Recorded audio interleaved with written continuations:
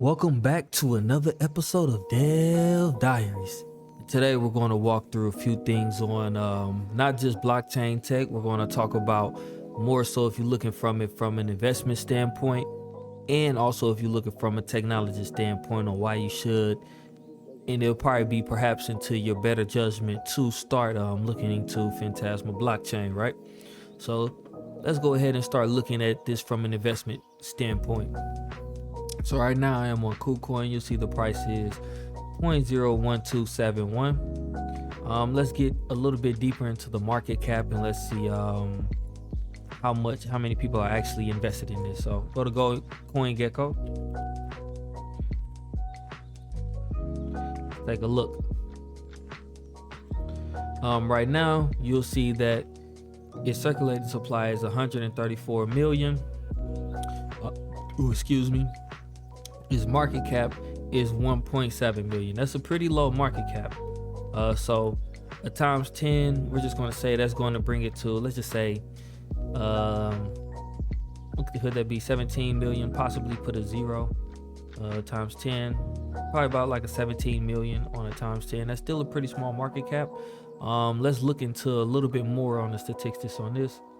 First, we're going to go to the Explorer. Let's look at this. Go to the mainnet. We see that there are 1,014 soul masters, right? So now let's bring up a calculator. It costs 50,000. I mean, my apologies. It doesn't cost 50,000. 50,000 soul to maintain soul master, right? To get a soul master.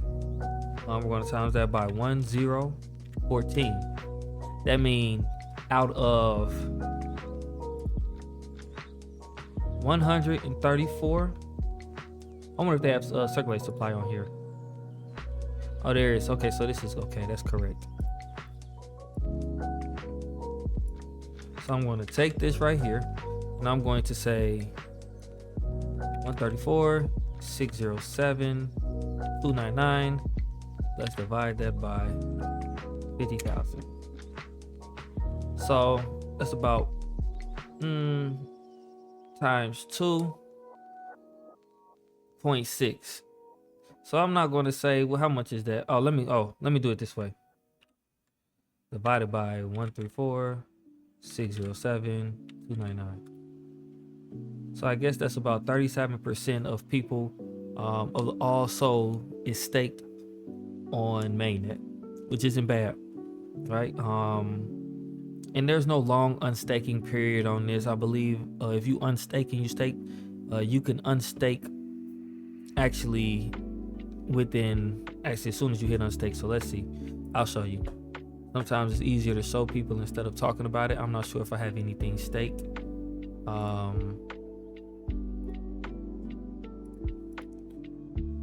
do. So let me go back. Let me see if I got something unstaked for a second. I don't believe I have anything staked on my wallet though. But once you stake, there's a 24-hour period, and once you unstake, the 24-hour period is over with. As long as you have kcal, as soon as you unstake, you can go ahead and send that. But staking, there is a 24-hour period, I believe. Let's go and look into more so of the money wise. So let's keep a notepad on this so we can see what's going on. So current supply. Total amount staked. I think it said what, 30? What did my calculator say? 34%? Oh well, I'm gonna just say 34%.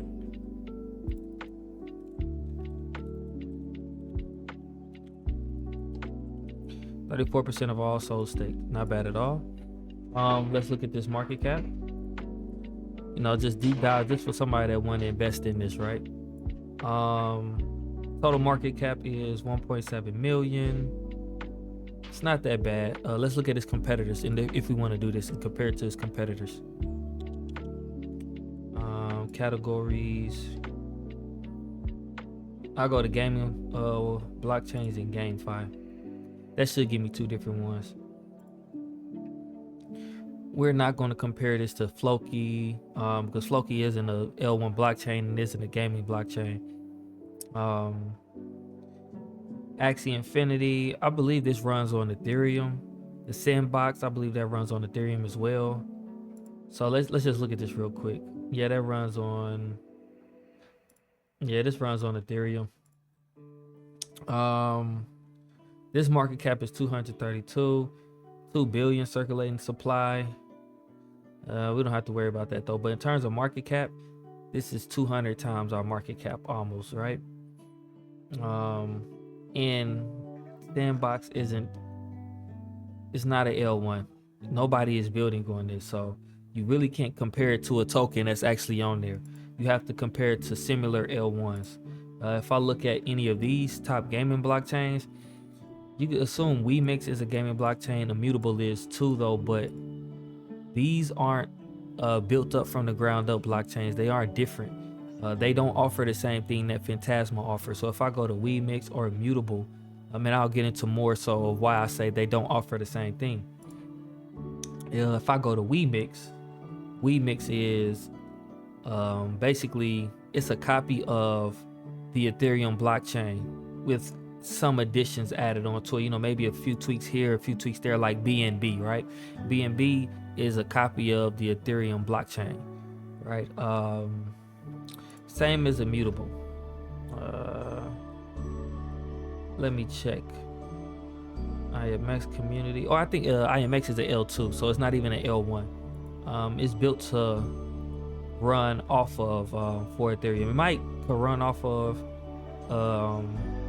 it's built to run off of Ethereum. It's the L2 for Ethereum. Where would I go for this? I know they had it in their white paper. See, it's a scaling solution for NFTs on Ethereum. So it's built for Ethereum.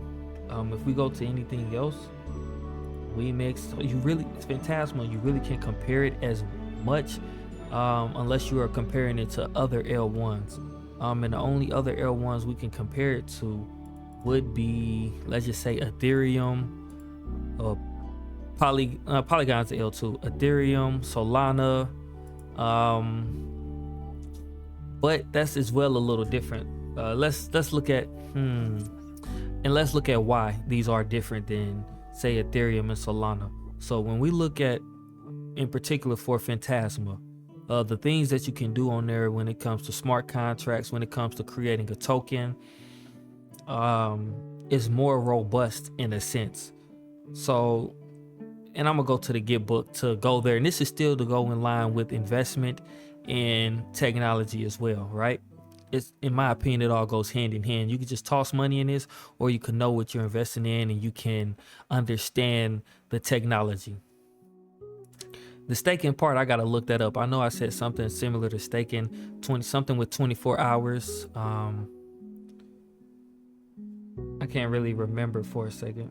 I think when you stake, you have 24 hours, but I don't think it'll be here. This isn't just for information. This is for developing. But let me just get to the developing. I'll get back to the staking part later. So if you go to the developing, let's just look at, I'm going to go to what I use. TypeScript. Let's go to the Carbon workflows, right? So on Phantasma, and I'll pull this up as well.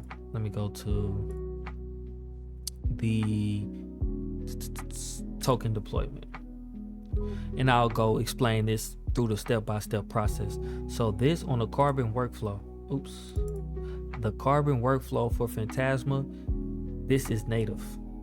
You are not using a VM machine for this. There's no, such as a smart contract. You might use smart contract to do this. This is built into the blockchain. So you do not have to worry about any malicious program or any malicious code within the smart contract. This is built directly into the blockchain when you want to use these Carbon tokens. All right, as this says, VM-less assets. No virtual machines are needed when you're creating this. And when you go here, they simplify the process for you, so you don't have to worry about a smart contract. You don't have to worry about, oh, how do I do this? How am I supposed to create a token if I want to create a token or NFT with so-and-so attributes? You can just create it directly from here. I don't want to use the mainnet one. I do want to show you. Let me show you from, I believe I got testnet up on my wallet. But I'm not going to go too much into this. This is just a quick overview, right, about some of the features. Let's just say you want to connect this real quick. Yes. So if you did want to create on here, I don't want to deploy anything, but you could create your symbol, enter some metadata, and let's look at the NFT metadata. I don't want to look at the fungible metadata, right? Because a lot of people, or not a lot of people, NFT is more robust in terms of what it can offer versus a regular token. So if I look at the NFT, I will have my series metadata. That means that this is going to go overall on series. This is how they break it down. You're going to have your series metadata, which means that this is going to go for each series that you create. I think Solana might call it a collection, however you may do it. So you create your series, and I'll go through the series as well. You create your series, and then that will be shared across all, as you see right here, shared. That will be shared across all NFTs that are created from this series. Once you create that series metadata, you can create a ROM metadata. The ROM is the read-only memory. This is immutable memory, meaning that once you put this is per NFT though. This one is per NFT. This is shared across all NFT. This ROM means that once you create each NFT, this will have different values on it. You can't change it though, but so once you mint that NFT, this is what sticks, right? After that, you can create RAM. RAM is the memory that you're changeable. So you can have a mutable NFT as well within that same immutable NFT. There are mutable fields on this NFT that you can change. And you can have anything on here. You can have arrays, you can have a byte, you can have a struct, you have array of structs, an array of bytes, all the way however you want to put it. There are dynamic it's not necessarily variables that I'm thinking of, dynamic types, or a host of different types that you can have built into your NFT. So you are not as restricted as you are on other chains. Once we go past this, we can still mint the series, mint or whatever else, but that's just one part of the technology that makes it amazing. In my opinion, is one, you got all of these different types, so you're not as limited to just say strings, keeping it a name. You can add some bytes in there. If you know what you're doing, this opens up a whole new world of information you can actually put into your NFT, right? And you could change some of this information as well. Now, also, what I really wanted to say also is that you have to know what you're doing when it comes to this. Not all the time they do make it simple though, but if you understand what I'm saying, it really kind of just blows your mind of what you can do with this. Say with bytes, with strings, you can put HTML code. I believe Atlas is putting music on his NFTs, built-in games on the NFT, even 3D objects you'll be able to put in an NFT, and you could just have something, let's say a Python. Let's say even if you put that built-in byte, let's say you put a 3D object, however you want to put it on your NFT throughout the byte array, right? And then you can have a let's say you have Python code within a string to say, okay, then once you run this Python code, and it will convert whatever byte you have to your object. Or you could just go online and look that up, depending on the say so or the know-how. Also, if you want to, now this would be a little tricky. I'm not into the I don't want to go to the dark side though, but you can use, let's say OnlyFans. You can put your pictures in bytes, upload that. You can do a lot of different things. Have your collection of whatever. I mean, OnlyFans is not only porn based, so you could put whatever else in there that you want as well. Your content creators. It's just robust, right? And I don't want to get hung up on this, but this is a good major part of this, and this makes it simple. So it's ease of use that anybody can come here and play with it if they want to. It's not just restricting it against two developers, right? If you want a smart contract, you can do all of that. You can restrict it to a developer, but still, now you have AI. is not as restricted as much. You know, you just gotta be patient. So I think I explained all of that when it comes to the metadata, the RAM, the ROM, of why this is a good chain compared to, let's say, Solana. I believe Solana does have some stuff as well, but it's more restricted on the different types you can add and what else you can do. So let's ask Copilot real quick. What blockchains? Now, I know I asked this before when I was doing my research, but let's find out what blockchains have mutable NFTs. And the carbon tokens are really a nice feature. Carbon tokens and mutable NFTs. Right? Oh yeah, Base had dynamic NFTs, but that's not really, it's really different than how Phantasma is. And URIs. Well, let me make sure what URIs are. I'm thinking that's something. Let me make sure before I say something.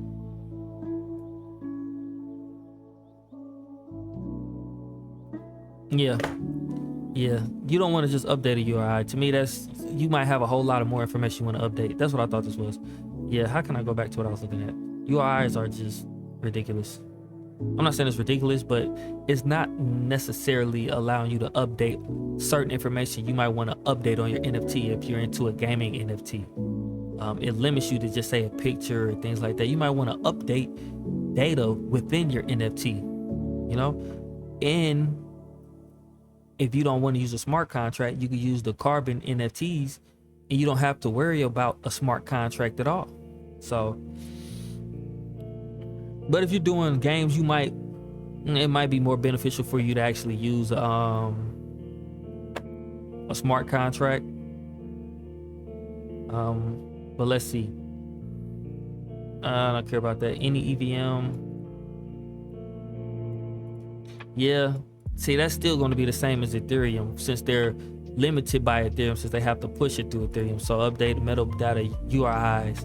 I'll look at Solana in a second as well, but these are limited to what you can update. And I'm not saying this is unlimited, but this is more so in terms of versus that is more so unlimited. I mean, it's really unlimited to what you can update as long as you put it in the RAM. Your specialty. I know this is my specialty. Thank you, Copilot. But it's the only, I'm not sure if it is. This is Copilot. I know I've been on here, so this is biased. But it's saying it's one of the only chains with native mutable NFT architecture. Native RAM, best support, evolving NFTs. That's not really, you just, if I'm reading this correctly, it's more so just URIs that you're updating. That's lame. All right, now let's go back to a little bit investment standpoint, right? I believe I wanted to look at its competitors within certain sectors.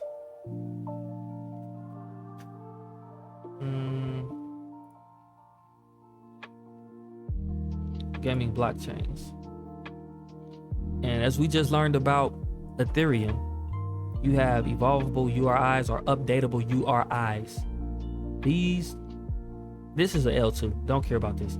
But this will still be limited, whatever NFTs that Ethereum has, because you have to push it back on Ethereum on the L2 anyway. So we mix, no. That's Ethereum.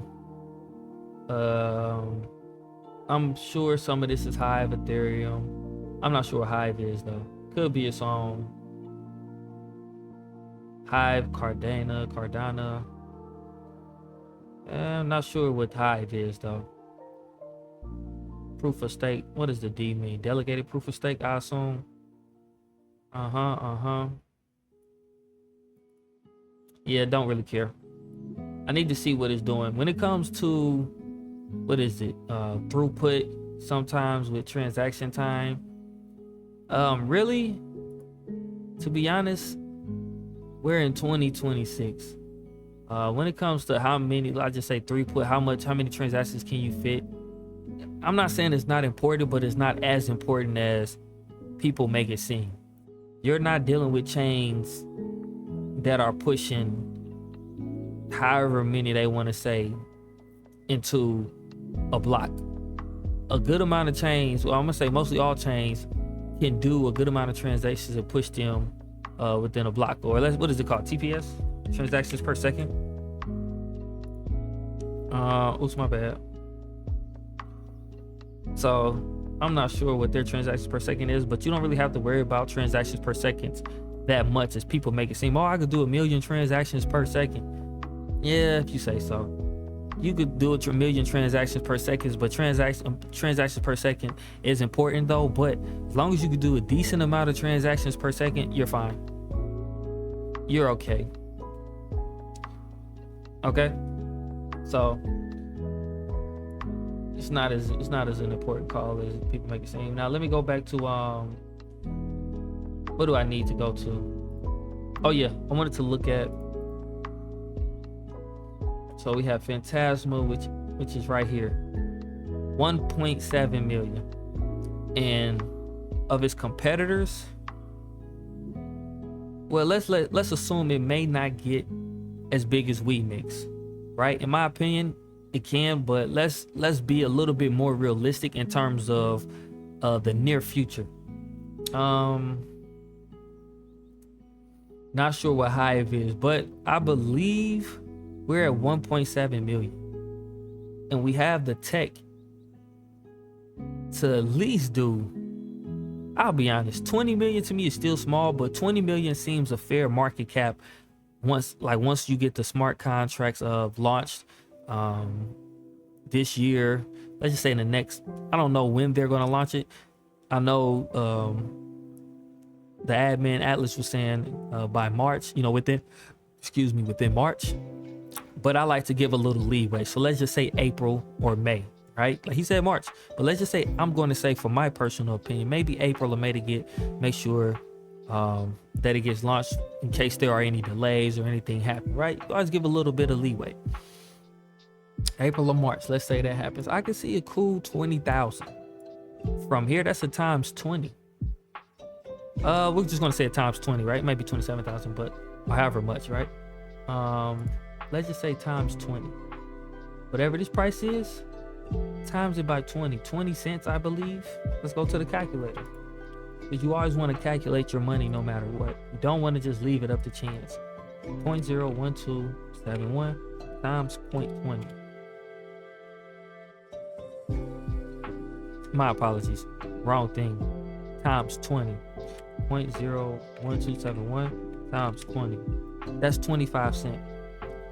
25 cents from this 1 cent. So anything you put in, I'll be honest, this, you can't times 20 within any type of, and this is just straight investing. This isn't using, what is that called, margins or longing, 40 times long, 10 times long. This is straight investing. A times 20, 25 cent.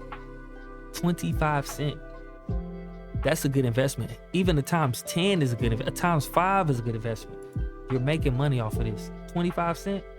And if you go to the chat, you might hear some people say $1 end of year, however, but I like to be on the more realistic side. I'm not saying $1 isn't possible, but the only way I feel like $1 could happen is if you have, if it just takes off, it catches on, boom, $1 could happen. But just organically, without any type of manipulation from, say, an influencer or something similar to that, or the crypto market just start booming, or alt season, I think 25 cent is a good deal for this year.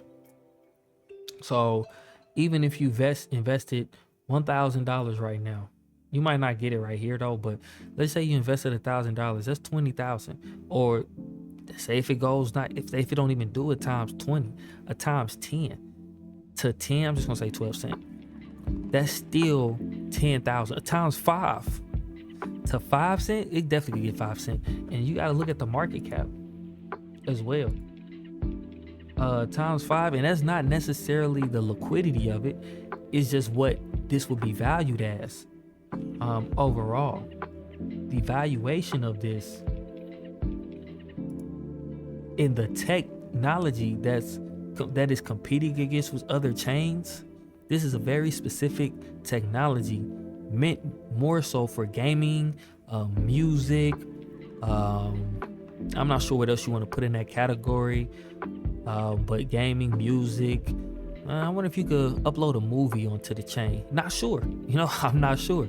But gaming, music, things of that nature, OnlyFans, say content collection. Heck, you might even have some codes you could put in here, like encrypted code.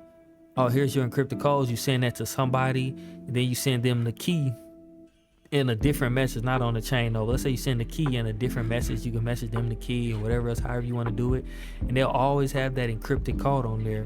Not in the email, it's on the public blockchain, and you can just decrypt it whenever. You're always going to have that. Send little messages back and forth. Just something smooth, right? The NFT encrypted. But overall, what this chain has, and just looking at it, I'm not saying that it's better than anything else overall, but I'm saying is that it is better at a specific thing than other chains, than Ethereum, than Solana. I'm not going to put Bitcoin in this because that's two different types of two different goals, right? This is more so an NFT built chain where you can do tokens. You have native built NFTs, native built tokens, to where you don't even have to use smart contracts. There's no virtual machines when you're building this. This is all built in chain. Not all NFTs, but you have NFTs that are built in chain, tokens that are built in chains. There's no security risk with that, and the ease of use for any user to come and use that. That's the amazing part. That's the amazing part on this. So if we look at this right now, it is 2,484 on CoinGecko. However, when you look at what the team, one more thing. I was about to stop, but no point. I'm Phantasma'd up right now. If we go to their GitHub, active. 2 days ago, active. All of this is active. That means that you can see the progress and that they're working. In the C#, now I still have to do some C#. I believe I have to do some testing on this next for my personal stuff. But they hosted a game jam a few days back.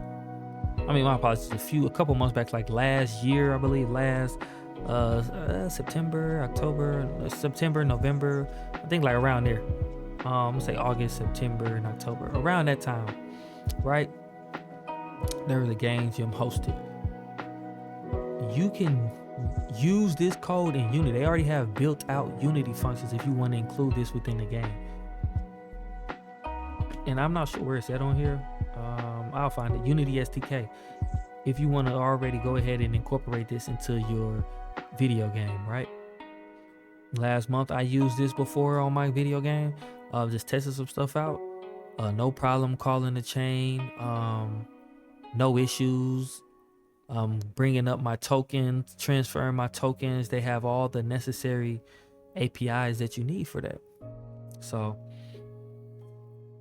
it's a bit longer than I expected though. But if you do want to invest and you do want to build something on the chain that's more so unmarked territory, similar to the gold rush, similar to when Ethereum was first taken off, and they had the NFT craze, they had the AI craze, they had all of this craze. Once you see the unlocked power of what you can use within this chain, you may or may not go back to Ethereum. You may or may not go back to Solana. But I can promise you this. Once you go back and you had this much freedom on a blockchain, you will not want to continue using that chain. You will want your freedom. You'll want to actually feel good when you program. You don't want to feel like a rat race. You want to feel that fresh memory of when you first started programming and you first hit your hello world and you hit enter. He said, man, I can see my results this fast. I can do all of this. Sky's the limit. This is what Phantasma blockchain is. The sky's the limit. Used for gaming, built for gaming. Did I say more?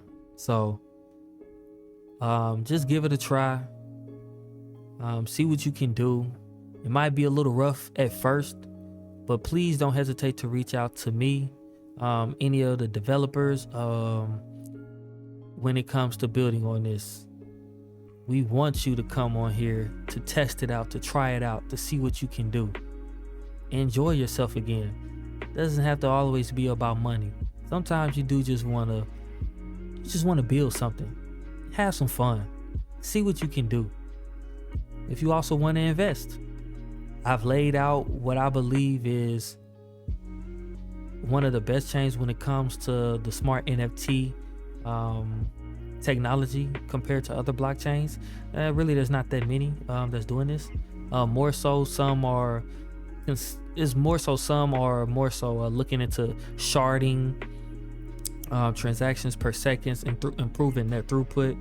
Not so many are still focused on the original crypto goals when you first got into this. When you first got into Bitcoin, you wanted to be decentralized, right? You wanted to be able to run your own nodes with Ethereum, right? But you've been priced out to running your own nodes with Ethereum. With Solana is centralized anyway, so you can't run your own nodes with that. With running your own nodes with, who else can you run your own nodes with? Maybe Cardano. I'm not sure if you can run your own nodes with that. I haven't looked too much into that. But Phantasma, you will be able to run your own nodes in the future. The original plan, the original essence of being a blockchain developer isn't forgotten with them. So that's my 32 minutes. If you do want to come over here and develop and try some things out, don't hesitate. Come give it a try. Come look at these carbon workflows. Come see what you can do with RAM, with your ROM, with anything else, right? Come look at our Explorer. Just come get a taste of it. You know? Just come see what we can do. See what you can do. But that's all for me. And I know this was a different Dev Diaries, but I just had to show my passion a little bit of why I believe Phantasma is not only the future of gaming blockchain, but compared to other blockchains, you cannot go wrong, and you cannot miss this opportunity of investing this early. So that's it. If I misspoke on any other blockchains, or when it comes, staking, that's what I wanted to look at. Let me look at that staking before I finish this. It's not the Git book. I don't think I have that stuff on here. That's what I want to see when it comes to staking. Hopefully this could be updated, but let's find out.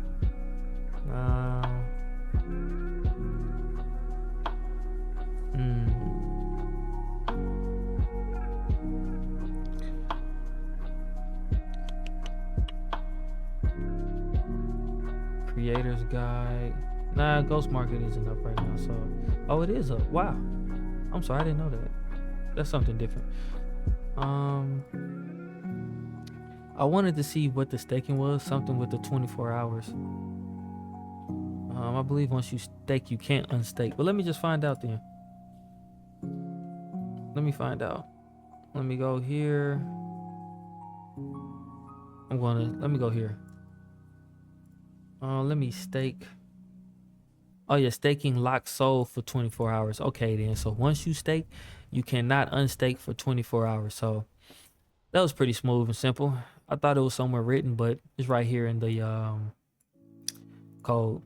So yes, staking, you cannot unstake for 24 hours once you stake. So you are really not held in case you want to sell your soul and you staked and it's been 24 hours. Like, oh man, this popped off ×5. I need to get out of here. I need to get a piece of my money. Go ahead and sell.